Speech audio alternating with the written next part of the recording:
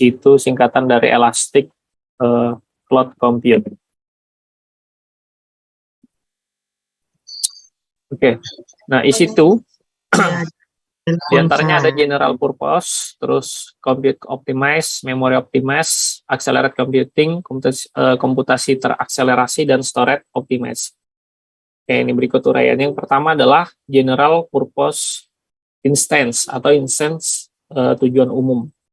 Tipe ini memberikan keseimbangan yang baik dari segi sumber daya, komputasi, memori, dan jaringan. Selain itu, opsi ini juga dapat digunakan untuk berbagai beban kerja yang beragam seperti server, aplikasi web, atau repository kode. Yang kedua adalah Compute Optimized Instance, instance teroptimasi untuk komputasi. Tipe yang satu ini ideal untuk tugas komputasi yang intensif dan berpusat pada prosesor dengan performa tinggi, seperti server game atau HPC, High Performance Computer. Nah, jadi komputer yang diset memang untuk performa tinggi. Biasanya untuk HPC ini digunakan untuk riset, penelitian, dan segala macam itu banyak menggunakan namanya HPC ya. Atau bahkan pemodelan ilmiah, yang tadi saya bilang, untuk riset penelitian, High Performance Computer. Nah, harga HPC juga macam-macam ya. Pernah kami ditawarin untuk HPC dari salah satu vendor di Indonesia, itu harganya 1 miliar lebih ya, untuk sebuah komputer, high performance komputer. Jadi harganya 1 miliar lebih. Jadi speknya memang untuk riset kebanyakan. Jadi misalnya kalau mau ngeriset machine learning, itu enak sekali. Jadi bisa membuat beberapa instance sekaligus, kita compute menghitung dalam sekaligus. Sorry, ini ajan asar, kita break dulu ya, baru mulai break. Tunggu sebentar ya.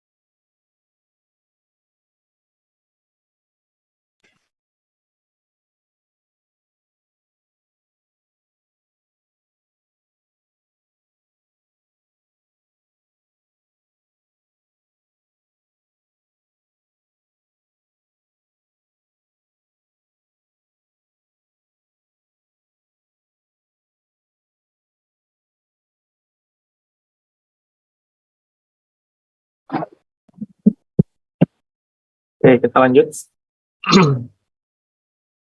Yang ketiga ada memory optimized instance. Instance teroptimasi untuk memori. Opsi ini didesain untuk memberikan performa tinggi untuk beban kerja yang memproses kumpulan data besar di dalam memori, seperti relasional dan relational database atau HPC sendiri. Yang keempat ada accelerated computing instance atau instance terakselerasi untuk komputasi. Tipe ini menggunakan perangkat keras akselerator untuk menjalankan beberapa fungsi secara lebih efisien dibandingkan dengan perangkat lunak yang berjalan pada CPU.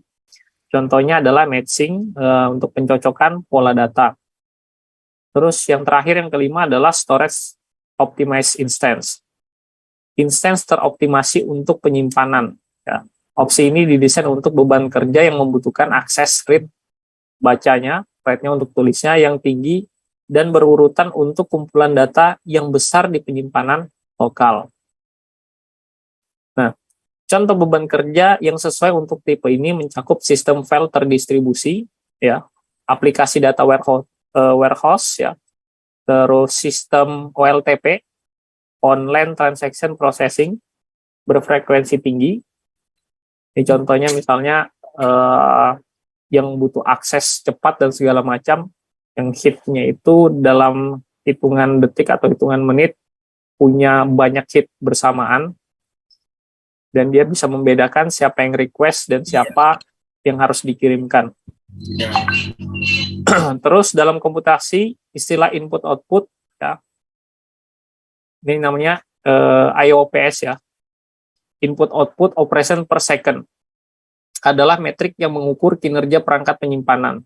Ini menunjukkan berapa banyak operasi input atau output yang dapat dilakukan oleh perangkat dalam 1 detik. Ini satuannya. Singkatnya, Anda dapat menganggap operasi input sebagai data yang dimasukkan ke dalam sistem, seperti data yang dimasukkan ke dalam database, sedangkan operasi output adalah data yang dihasilkan oleh sistem. Contoh output adalah hasil analitik yang dilakukan pada data dalam database. Nah, jika Anda memiliki aplikasi yang memerlukan IOPS tinggi, storage optimized instance dapat memberikan kinerja yang lebih baik dibandingkan dengan tipe lain yang tak teroptimasi untuk jenis kasus penggunaan ini.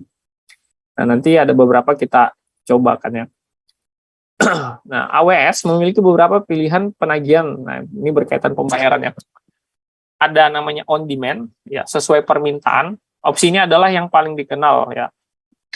Anda hanya membayar selama instance berjalan, bisa per jam atau per detik, tergantung pada tipe instance dan sistem operasi yang Anda pilih. On demand sangat ideal untuk penggunaan jangka pendek. Nah, ini biasa digunakan untuk testing aja.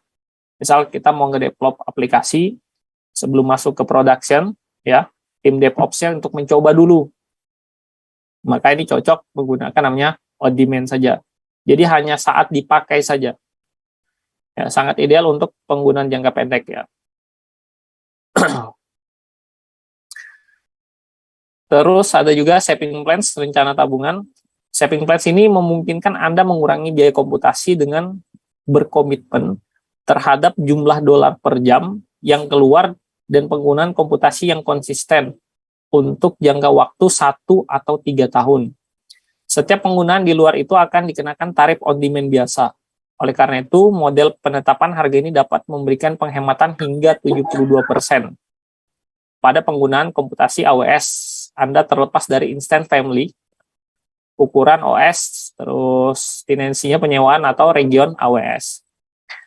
Terus yang ketiga adalah reserved instance atau instance yang terpesan, menawarkan diskon penagihan yang diterapkan untuk instance on demand dengan berkomitmen terhadap tingkat penggunaan yang jangka waktu 1 atau 3 tahun. Nah, biasanya ini kita ditawarin.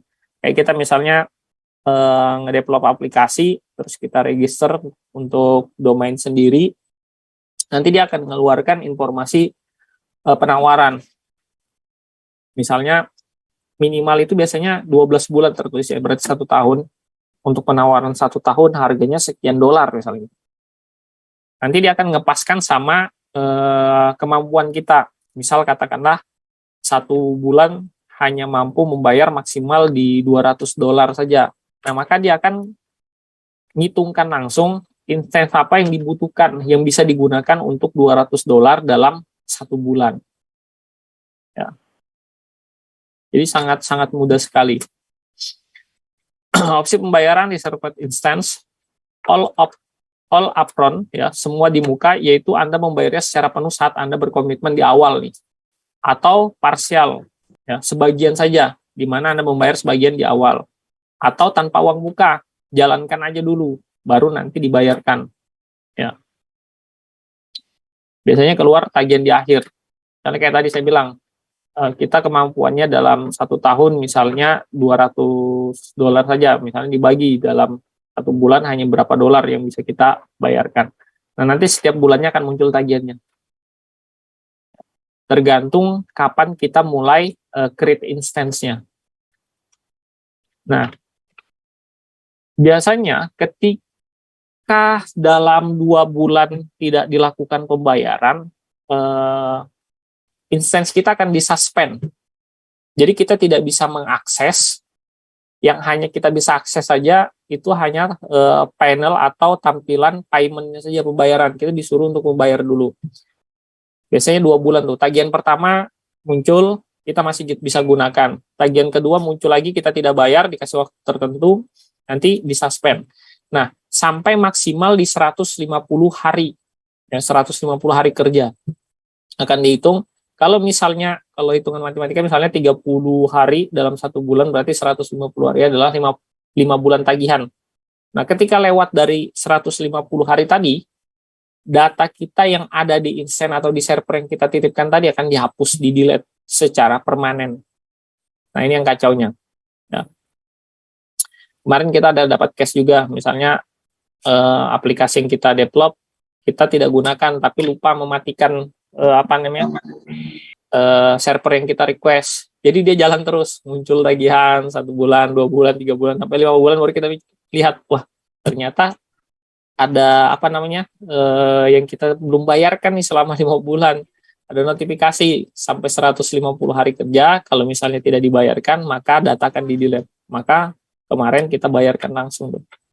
Jadi kita ada satu aplikasi kita develop, ternyata tidak dibayarkan selama 5 bulan.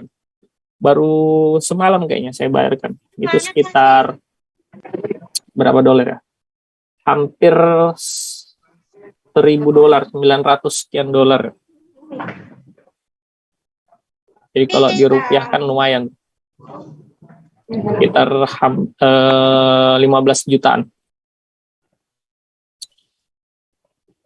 Oke, opsi pembayaran ya, spot instant spot, menggunakan kapasitas komputasi Amazon EC2 yang tak terpakai dan menawarkan penghematan biaya hingga 90%. Oke. Terus ada juga dedicated host khusus.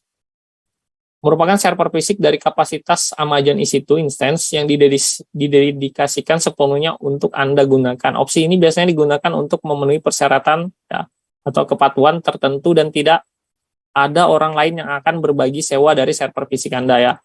Pada opsi ini Anda dapat menggunakan lisensi perangkat lunak per soket, per core, atau per PM yang Anda punya untuk membantu menjaga persyaratan lisensi yang terkait dengan server. Nah, ada juga beberapa biasanya untuk perusahaan-perusahaan besar, misalnya dia mau install OS, katakanlah Windows Server. Dia punya lisensi sendiri yang dia belikan, karena ada beberapa persyaratan perusahaan itu wajib punya lisensi sendiri, tidak ngikut ya. Nah, lisensinya itu bisa diinstalkan nanti di situ. Atau misalnya kita punya aplikasi yang berbayar dan kita mau instalkan di situ, nanti ada sendiri kita kan. Oke. Nah, penyesuaian kapasitas Amazon di situ, ini contoh saja.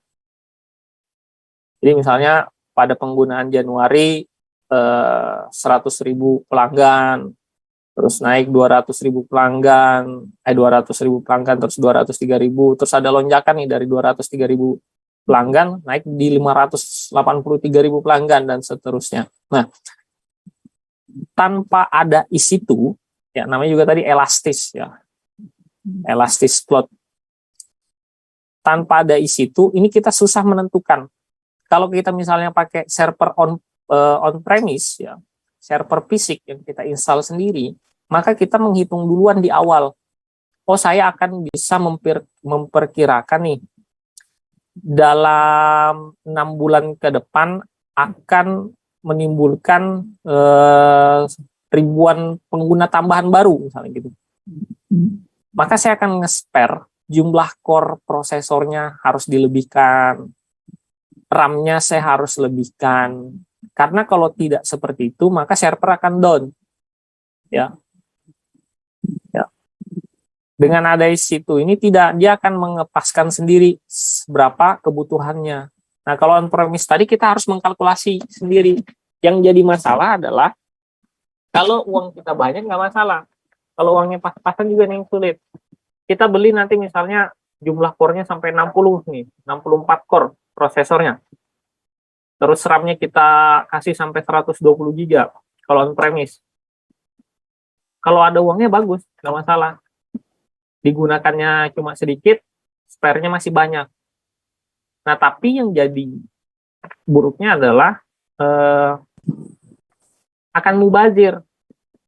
Ya, akan mubazir. Nah, itu yang jadi permasalahan terbesar penggunaan server on-premise. Jadi kayak kita misalnya di UMKT juga, kita harus memikirkan nih 1 tahun ke depan akan ada tambahan sekitar paling tidak 2.000 mahasiswa. Kalau 2.000 mahasiswa, maka butuh storage-nya berapa nih? Oke, dapat misalnya katakanlah nambah 5 tera misalnya gitu. Oke, nah selanjutnya kita pikirkan lagi. Setelah hard disk-nya 5 tera, oh kira-kira jumlah core prosesor untuk aplikasi kita ini butuh berapa? Kalau saat ini sudah habis 64 core semua aplikasi, maka tidak mungkin lagi dengan jumlah pengguna yang banyak, jumlah core-nya juga tetap. Maka kita akan tambahkan, misalnya, oh saya butuh mungkin sekitar 10 core lagi nih, kita tambahkan lagi 10 core. Nah, yang jadi masalah, kalau server fisik, kan dia main kelipatan tuh. Server misalnya 32 core, 64 core, 128 core, dan seterusnya. Kita tidak bisa beli prosesor yang cuma misalnya 10 core saja sesuai kebutuhan kita, tidak bisa. Ya. Maka dia main kelipatan tadi. Belum lagi misalnya berbicara RAM-nya lagi, belum lagi kita berbicara masalah bandwidth-nya lagi. Nah, sama kayak kita di UMKT. 2 tahun terakhir kan kita mengalami pandemi nih. Jumlah mahasiswa yang ke UMKT mungkin maksimal hanya sekitar 30-50% dari total mahasiswa yang ada. Nah, bandwidth saat itu cukup. Katakanlah misalnya 600 mega nih.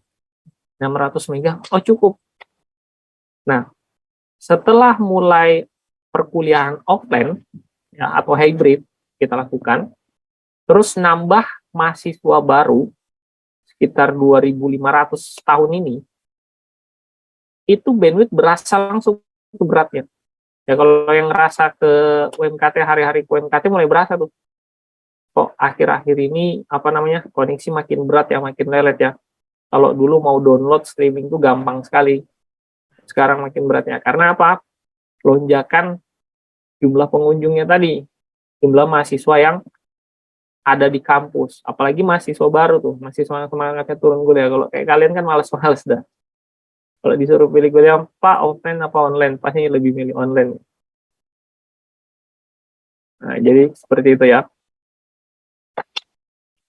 Nah, nanti kita akan bahas juga seperti apa sih isi itu. Oke, nah ini contoh saja. Ya. Analogi sederhana di sebuah perbelanjaan atau katakanlah warung kopi. Nah, ada istilah pasti namanya pelanggan sama si penjual atau kasirnya. Ya, kasirnya. Kalau misalnya nanti request satu terjadi nih di kasir A, oh kebetulan kasirnya ada nih, dia menjalankan transaksi. Terus ada lagi request pelanggan baru, oh di kasir A ternyata tidak tersedia, maka otomatis harus ada backup kasir kedua. Ya, begitu juga nanti di penggunaan si servernya tadi atau instance-nya tadi yang kita nyebut, yang elastisnya ya. Nah, kalau di on-premise nih susah nih, maka akan muncul satu pertanyaan yang selalu mencemaskan, berapa tepatnya jumlah perangkat keras yang harus dibeli. Terus kalau sudah dibeli ini, misalnya kayak tadi, bisa bertahan berapa lama. Terus bagaimana jika Anda membeli perangkat keras melebihi beban kerja tertinggi dan berharap semua berjalan dengan lancar? Nah, ini yang tidak mungkin ya. Nah, mungkin pelanggan Anda akan senang ya, senang karena resource-nya banyak gitu. Tapi sumber dayanya terlalu banyak, maka bebannya kan berat. Nah, ini permasalahan di on-premise. Nah, itu yang dipikirkan sama cloud computing. Bagaimana semua mudah, semua gampang. Ya. Nah, Amazon EC2 auto scaling. Pernahkah Anda mencoba mengakses sebuah website namun halaman tersebut tak dapat memuat info dan malah seringkali menunjukkan error seperti timeout, ya, kehabisan waktu atau misalnya 404 muncul gitu. Itu artinya website tersebut terlalu banyak menerima permintaan masuk sehingga tak dapat menanganinya lagi. Maka dari itu hadirlah solusi Amazon EC2 auto scaling. Auto scaling memudahkan Anda untuk menambah atau menghapus Amazon EC2 instance secara otomatis sesuai kebutuhan. Dengan begitu Anda dapat membuat aplikasi selalu tersedia. Nah, dengan menggunakan Amazon EC2 scaling, Anda dapat menggunakan dua pendekatan, yaitu namanya dynamic scaling yang pertama, yaitu merespon terhadap perubahan permintaan. Dan yang kedua ada namanya predictive scaling, yaitu secara otomatis menjadwalkan jumlah Amazon EC2 instance yang tepat berdasarkan prediksi permintaan. Nah, kalau yang pertama, ini otomatis sudah ya, dinamik otomatis. Jadi dia akan menambahkan sendiri resource yang dibutuhkan ketika ada request berlebih. Kalau predictive scaling ini, misalnya kita tentukan, kayak misalnya di OMKT, kita tahu kapan penggunaan akses ke server SIACAT meningkat. Itu misalnya saat pengisian KRS. Apalagi di hari-hari akhir tuh, yang paling berasa. Nah, kalau kita tahu di jadwal sekian, di tanggal sekian, maka kita bisa setting nih, misalnya di minggu terakhir di setiap bulan. Itu peningkatan penggunaan. Maka kita akan tambahkan secara prediktif nih, sudah kita tahu di akhir di minggu terakhir di setiap bulan atau minggu keempat di setiap bulan misalnya. Ya. Nah, dari kedua ini punya kelebihan sama kekurangan masing-masing. Ya.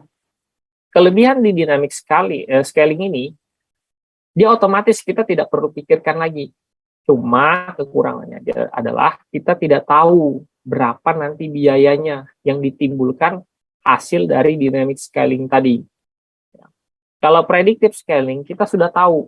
Kita bisa menskalasikan, oh nanti di akhir bulan jumlah peningkatan segini, kita akan menambahkan instance di bagian yang mana nih. Nah, harga kita bisa memprediksi duluan. Oh, akhir bulan peningkatan ini maka akan bertambah misalnya sekian dolar, misalnya $10 tagihannya. Sudah bisa kita ketahuin di awal. Nah, ada istilah namanya scaling up. Ada scaling up, ada scaling out.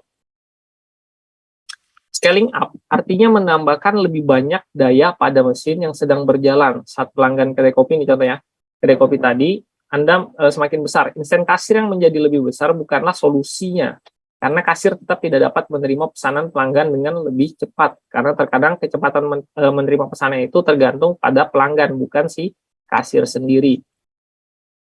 Ada antrian misalnya, kalau antriannya satu, bisa dieksekusi dengan mudah sama si kasir, cukup satu orang. Antriannya dua, bisa masih dihandle oleh kasir. Antriannya ketiga, makin banyak antrian, kasir bisa menghandle, tapi time-nya, masalah waktunya lagi akan panjang. Katakanlah setiap pesanan itu dieksekusi butuh waktu misalnya 5 menit. Kalau antriannya ada 12 di belakang, berarti di sampai yang terakhir itu 1 jam dia berdiri menunggu. Nah, ini yang tidak efisien. Ya, ini yang tidak efisien.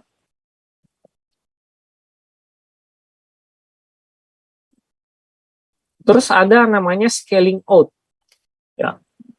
Sederhananya, scaling out artinya menambahkan lebih banyak instance agar dapat menangani permintaan.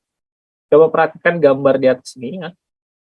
Kenapa terdapat lebih banyak instance kasir daripada instance barista? Nah, dalam kasus ini jumlah tugas yang dapat diselesaikan oleh instance barista masih dapat ditangani dengan baik daripada instansi kasir. Kenapa? Biasanya gini. Sederhananya kita ya. Kalau kita nge-request misalnya belanja nih. Belanja. Kita itu mau cepat selesai di kasir.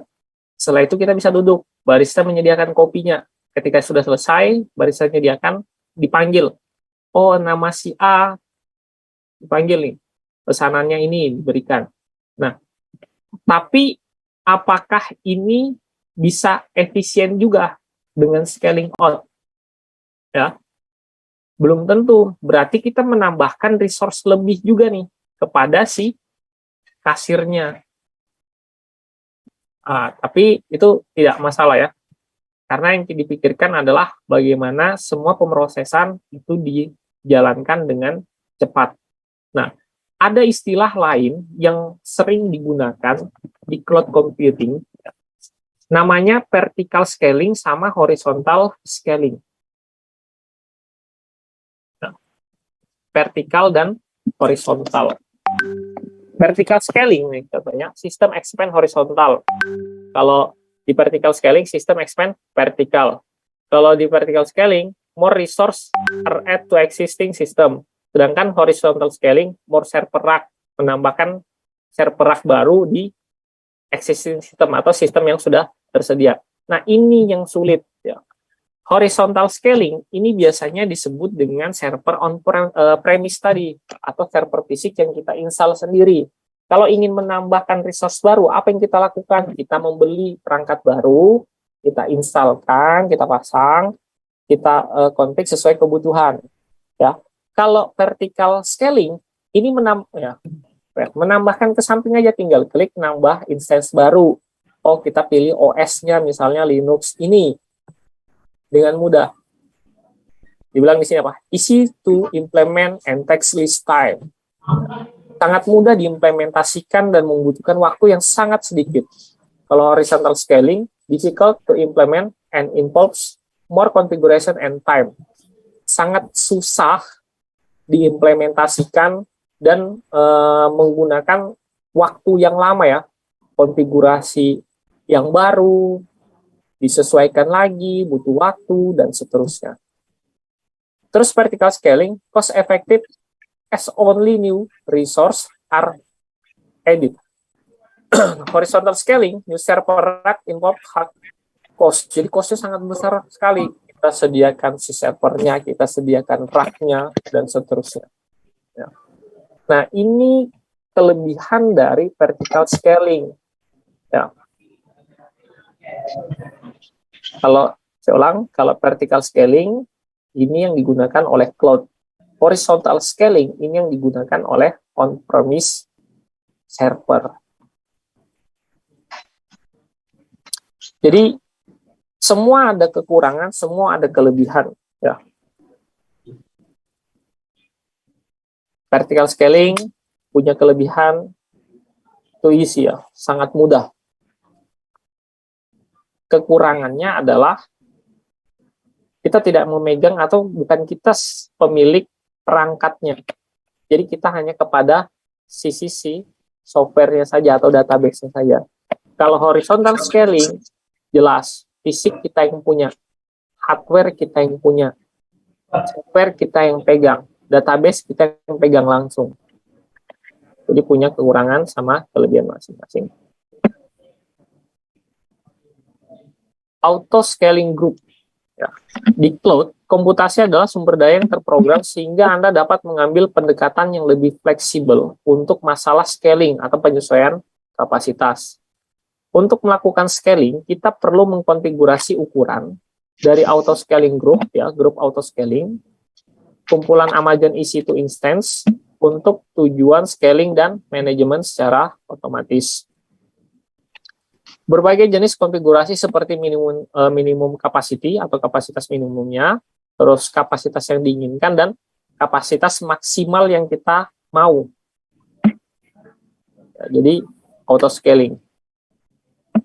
Misalnya nih, hit pertama instance yang kita install cukup misalnya pakai core yang paling kecil. Satu core saja sudah cukup. Ya. Yang kita sediakan. Terus misalnya auto scalingnya kita maksimalkan di 8 core pemakaian prosesornya. Ketika ada request yang berlebih, maka akan otomatis auto scaling dimaksimal di 8 core karena kemampuan membayar kita sampai 8 core saja dan seterusnya. Nah, itu kelebihan-kelebihannya. Sampai ada istilah cloud computing itu kita tidak memikirkan lagi masalah hardware, tapi kita fokus kepada sisi software. Kalau on-premise, kita harus memikirkan dua-duanya. Memikirkan hardware dan memikirkan si software-nya juga benar nih. Ya. Jadi dua yang dipikirkan. Makanya kelebihan dari cloud computing ini, kalau di perusahaan biasanya lebih diperlukan karena perusahaan fokus kepada core bisnisnya saja. Dia tidak mau memikirkan tambahan-tambahan yang lain, maka dia menyediakan cloud computing saja. Tidak memikirkan listriknya, tidak memikirkan perangkat apa yang dibutuhkan, tidak memikirkan bandwidth-nya lagi. Cukup nyewa satu tempat, install aplikasi di sana, pastikan aplikasinya sesuai, bisnisnya jalan, dapat keuntungan. Ya.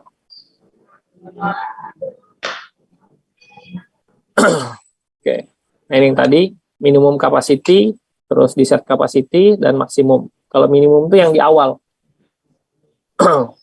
Minimum capacity alias kapasitas minimum adalah jumlah Amazon EC2 instance yang diluncurkan.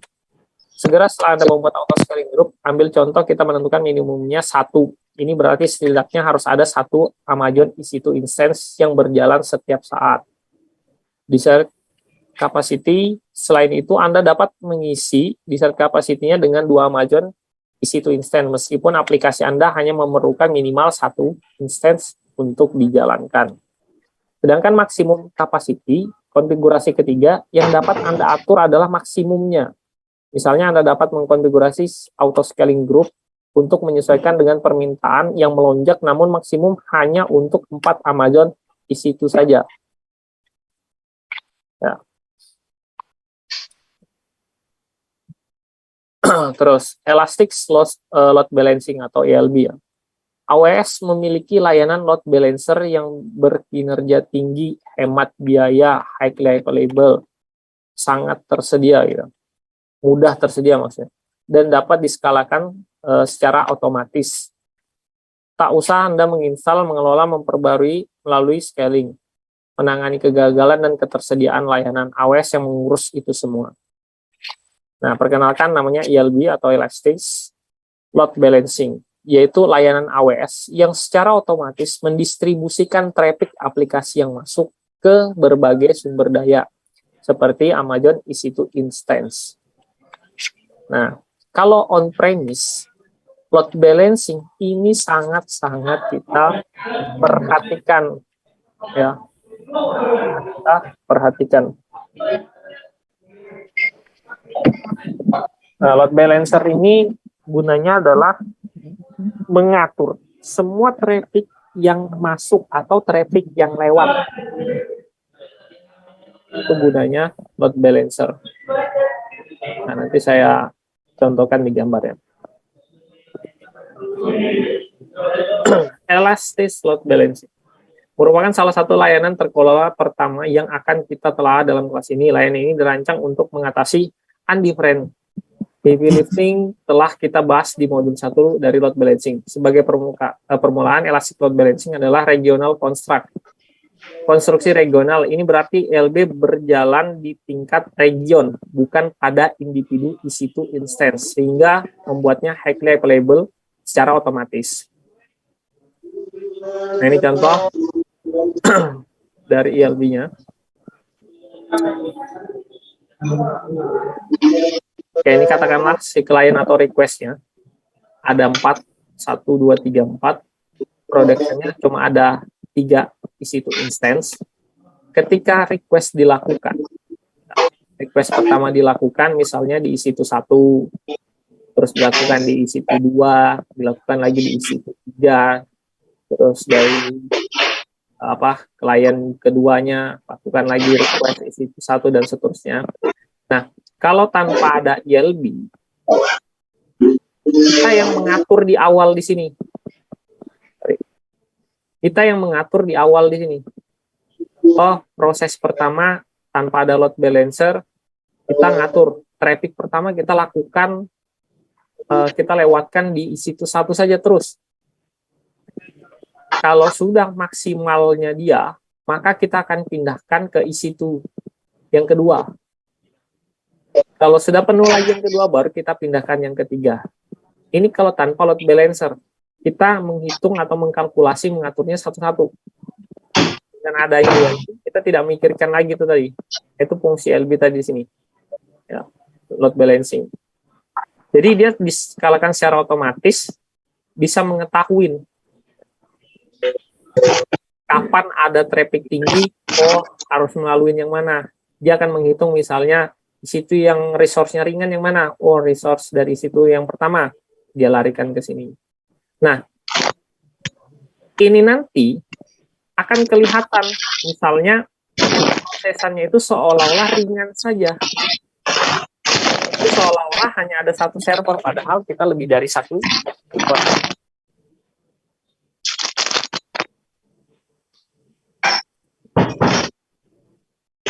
Itu mudahnya LB tadi ya. Menggunakan LB setiap instance di bidang mengetahui seluruh instance produksi. Jadi jika ada instance baru di bidang produksi, dia harus memberitahu semua instance pemesanan bahwa sekarang dirinya dapat menerima traffic. Dengan kompleksitas seperti itu, mustahil rasanya membuat mereka tetap terhubung secara efisien. Di momen inilah YLB hadir memberikan solusi terbaik, sehingga sekarang kita bisa menuntaskan kekacauan traffic pada bidang produksi. Nah, kalau tadi kita sudah menentukan proses pertama, misalnya di situ yang pertama, proses kedua dilakukan, itu yang kedua, dan seterusnya. Dengan adanya YLB ini, dia akan menghitung, yang itu di mana.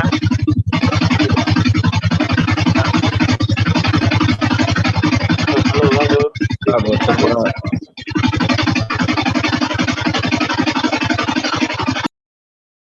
Lagi di kapal kah? Nge-zoom sambil mancing, Pak. Sambil mancing. Oke. Jadi dia langsung otomatis gitu ya.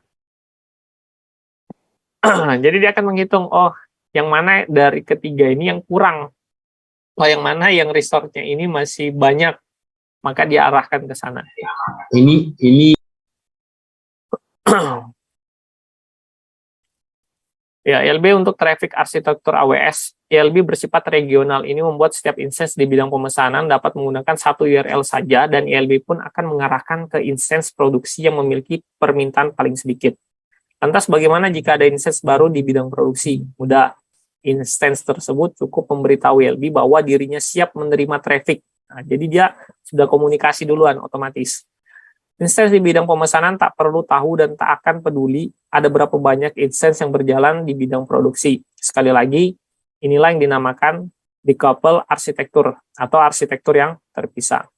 Kesimpulannya, pilihlah layanan yang tepat untuk tugas yang tepat. Itulah salah satu alasan mengapa AWS menawarkan begitu banyak layanan yang beragam. Jadi tergantung kebutuhan masing-masingnya. Nah, coba saya sedikit lihatkan. AWS.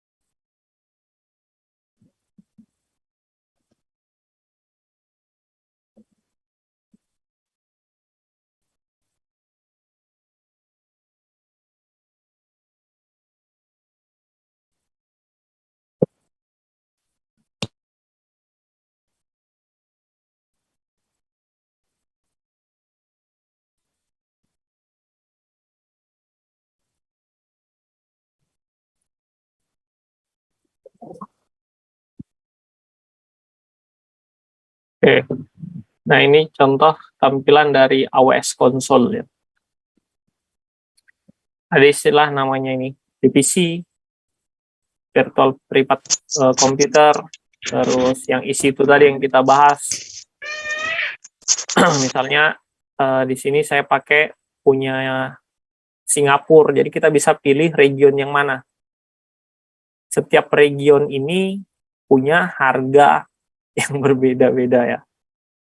Saya belum pernah coba semua sih, pasti selalu saya pakai yang Singapura.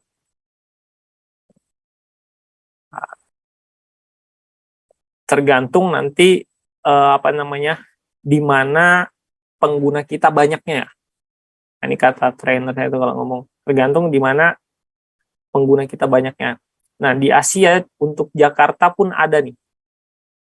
Tapi masih belum disarankan kalau mau untuk production. Karena masih sering lambat.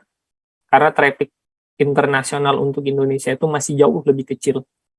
Ya, kalau Singapura sudah tidak diragukan lagi untuk bandwidth. Bandwidth internasionalnya besar sekali.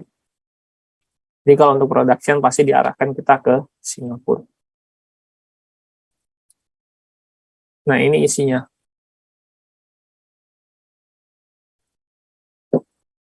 Ini instance running-nya server.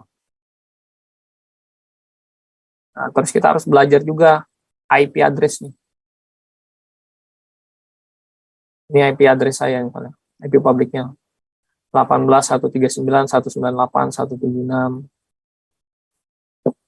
Nah, tipe instance yang saya pakai itu adalah T2 medium. Nah, kita bisa googling misalnya.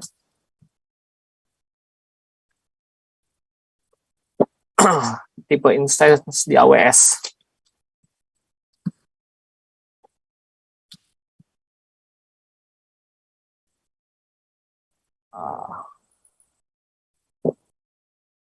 Dia banyak nih. Tadi saya pakai yang T2. T2 yang medium.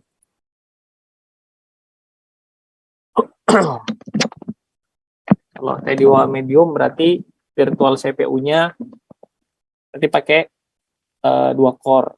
CPU kredit per hours-nya 24, memorinya 4 GB.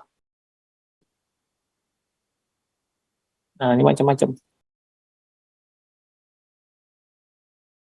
Ini kalau untuk yang besar-besar ya.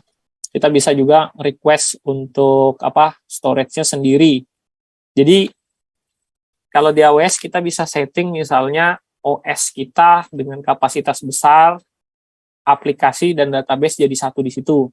Atau kita pisahkan aplikasi dengan database dipisahkan. Ya. Ada keuntungan dan kekurangan masing-masing. Kalau OS dan database dijadikan satu, itu prosesnya jauh lebih cepat. Cuman harga lebih mahal. Ya. Maka caranya apa? Dipisahkan antara si aplikasi dengan si storage-nya. Oh, ini ada harganya. Kalau di modul itu pelatihan itu kita ada harganya. Misalnya ini harganya berapa dolar perkiraan. Jadi tinggal duit kita aja lagi. Mau pakai CPU misalnya jumlah core-nya 96 core. Terus pakai RAM 384 GB RAM-nya. Terus kita instance storage-nya kita pakai 4 kali 900 GB ini maksudnya. NVMe SSD. Berarti sekitar berapa nih? 3,6 tera SSD-nya. Terus network bandwidth-nya ini satuannya gigabit. Berarti bandwidth yang dipakai pakai interface 25 gigabit. Oke. Terus EBS bandwidth-nya ini sampai 19.000 megabyte dan seterusnya. Nah, macam-macam nih sampai yang paling tinggi misalnya. Dilihatkan untuk harganya. Ini lah dan internet kan, Pak? Ya. Layanan internet Pak ya. Iya. Atau pakai yang versinya Mac Instance. Jadi khusus punyanya Apple nih.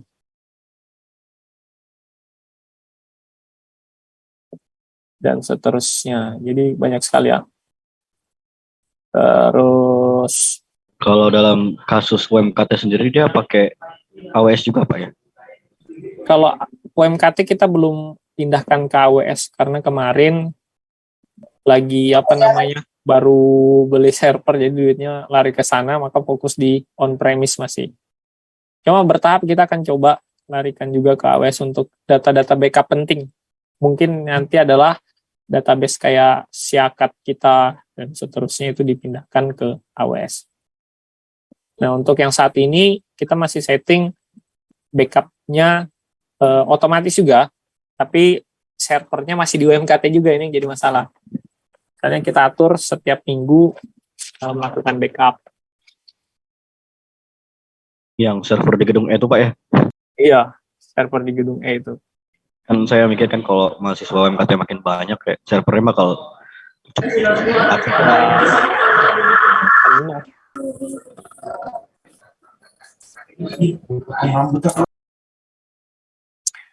Oke, terus, nah misalnya kalau pembayaran itu di billing. Jadi dengan cloud ini mudah sekali kita ya. Mudahnya dalam arti apa? Tinggal klik aja, kalau bingung tinggal googling. Oh, kita mau bikin apa ya? Ini contoh nih pembayaran. Oke. Current amount total ini yang dipakai ya sekitar 63,30 USD.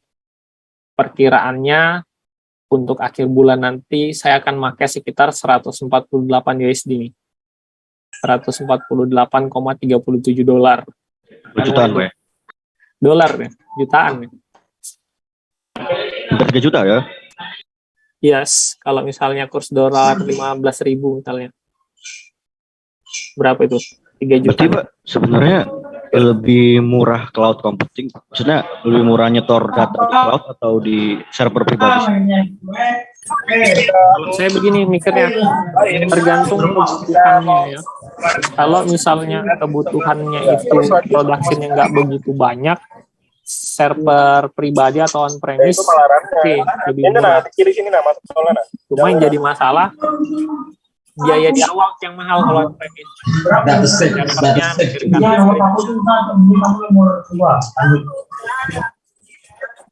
jadi banyak yang dipikirkan.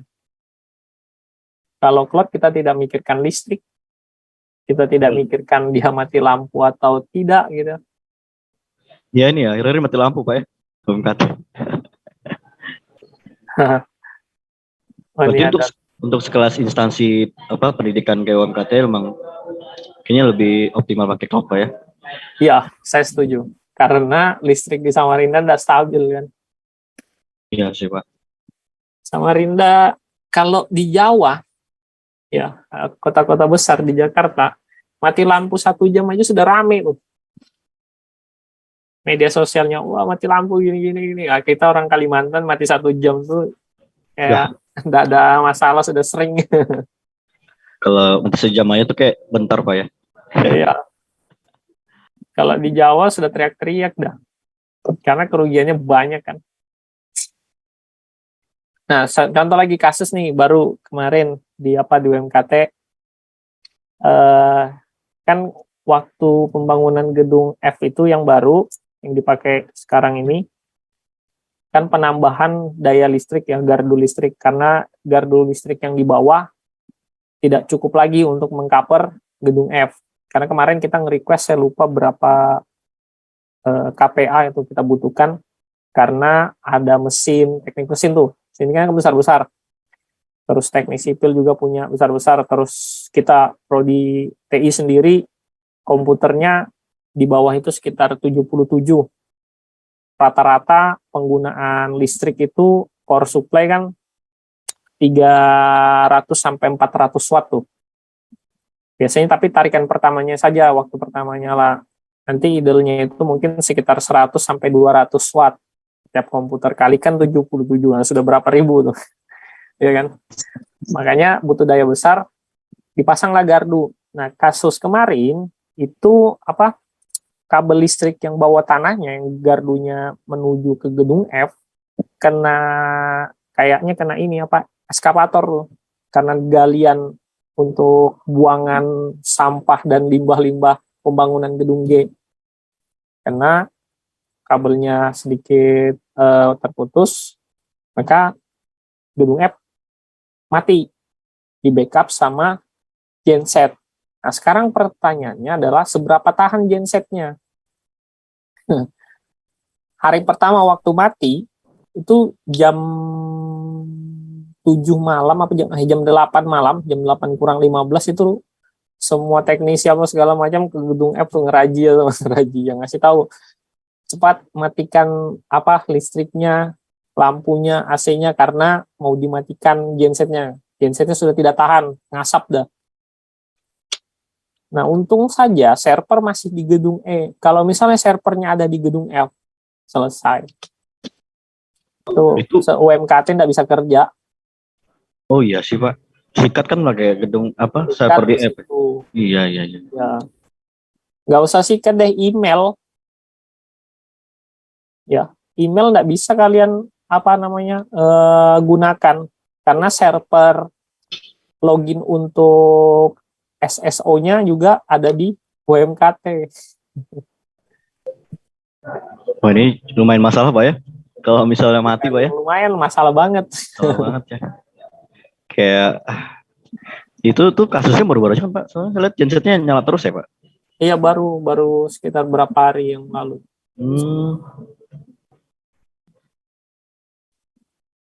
Nah, ini dia bisa ngelihat juga cost by service-nya. Support bisnis. Ini support bisnis kemarin kita aktifkan supaya ada permasalahan apa itu dibantu langsung segera sama tim dari AWS. Support bisnisnya aja sudah pakai sekitar $103 nih. Untuk EC2-nya kecil aja nih, sekitar 44. VPC-nya 38. Data transfernya kebetulan 0 nih, masih gratis. Karena traffic bandwidth-nya tidak begitu banyak kita gunakan. Ini billing kemarin. Payment. Ini contoh nih, payment. Baru semalam dibayar. Transaction. Nah, ini. Baru tadi malam. Tagihan dari bulan apa nih? Bulan Mei. Mei, Juni, Juli, Agustus, September. Ini kan masuk bulan Oktober nih. Nanti akhir bulan atau awal bulan depan muncul lagi tagihan baru. 200, 197, 200, 200, 160. Lumayan. Oke, jadi seperti itulah cerita bincang-bincang tentang cloud computing.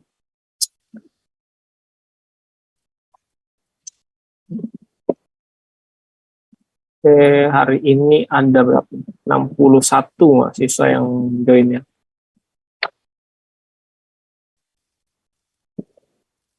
Oke, silakan on cam dulu. Saya mau screenshot buat absen hari ini ya. Silakan on cam, guys.